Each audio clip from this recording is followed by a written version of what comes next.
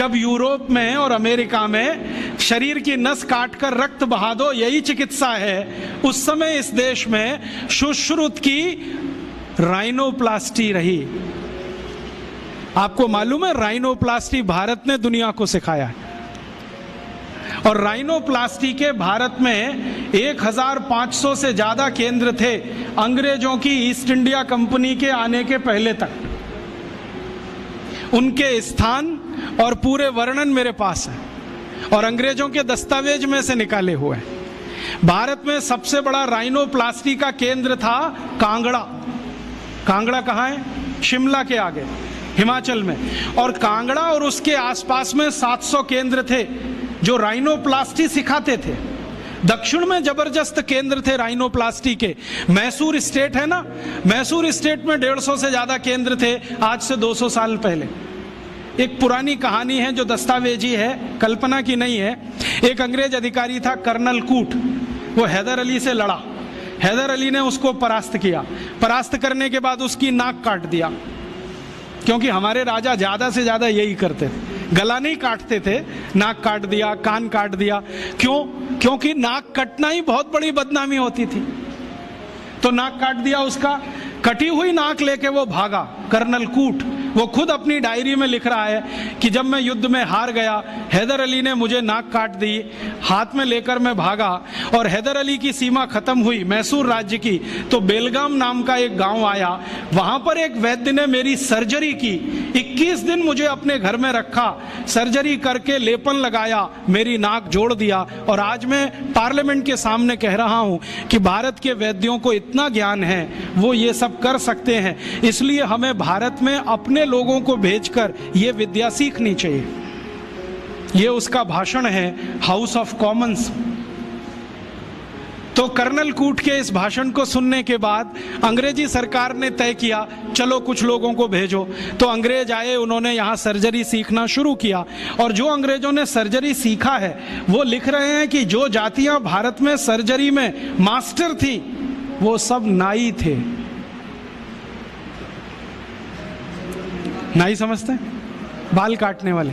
ये सब सर्जन थे 200 साल पहले। हाँ, सब सर्जन थे 200 साल। अब जरा सोचो कि नाई अगर सर्जन रहे हों तो वो पिछड़ी जाति कैसे हुई?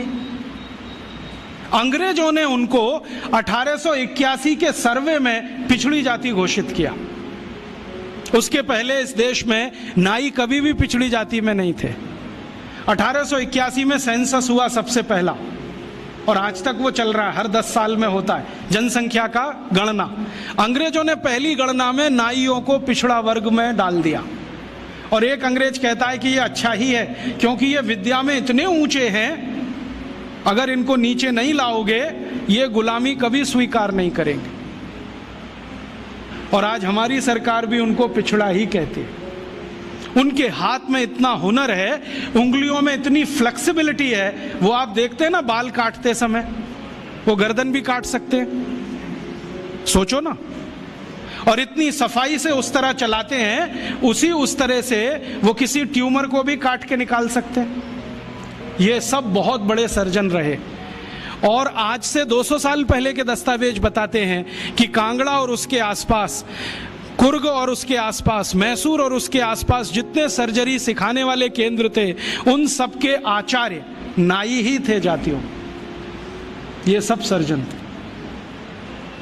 और इन्होंने जो सर्जरी सिखाई है वो हिंदुस्तान के गांव-गांव फैलाई। फिर अंग्रेजों ने क्या किया? ये जो सर्जरी सिखाने वाले केंद्र थे, इन सबको गैर कानूनी घोषित कर दिया। एक कानून बनाया जिसका दुर्भाग्य से नाम है इंडियन एजुकेशन एक्ट। उसमें इंडियन कुछ भी नहीं है, नाम उसका इंडियन एजुकेशन एक्ट। उस कानून में उन्होंने ये तय किया कि भारतीय विद्याओं को सिखाने वाले जितने भी केंद्र हैं वो सब गैर कानूनी हैं। तो उन पे ताले डलवाए गए, नहीं डाले तो मरवाया गया, उनको आग लगवाई गई, कितने लोगों को जिंदा जला दिया।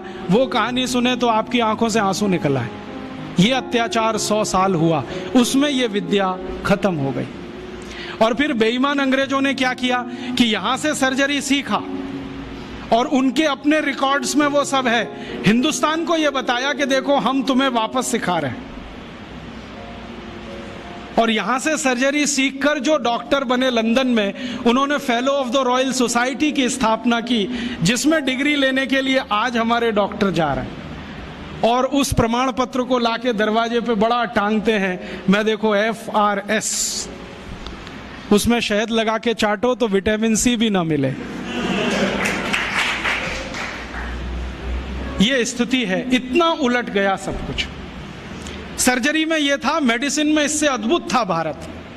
और मेडिसिन में अद्भुत होने का कारण है विशेष किस्म की दवाएं यहां पर हैं। ऐसी ऐसी अद्भुत दवाएं हैं जो आप कल्पना नहीं करें, काम ना करे आपकी कल्पना। मैं आज भी ऐसे बहुत वैद्यों को जानता हूं जिनके पास कोई फॉर्मल एजुकेशन नहीं है, जो स्कूल कॉलेज में भी नहीं गए हैं। आपकी नाड़ी अगर पकड़ ली तो बता देंगे 7 दिन पहले से क्या क्या खा रहे हैं आप।